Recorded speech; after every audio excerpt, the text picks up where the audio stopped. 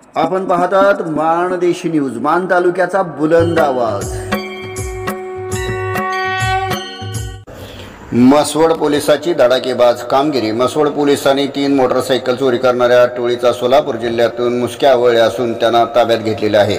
मसवड पोलिसांनी 3 मोटरसायकल चोर ताब्यात घेतले असून त्यांच्याकडून सुमारे 1 लाख रुपये किमतीच्या 3 मोटरसायकली ताब्यात घेतलेल्या आहेत। सातारा पोलीस अधीक्षक समीर शेख, अप्पर पोलीस आयुक्त आंचल दलाल व पोलीस सहाय्यक निरीक्षक राजाराम बिराजदार, पोलीस उपनिरीक्षक अनिल वाघमोडे यांच्या पथकाने ही कारवाई केलेली आहे।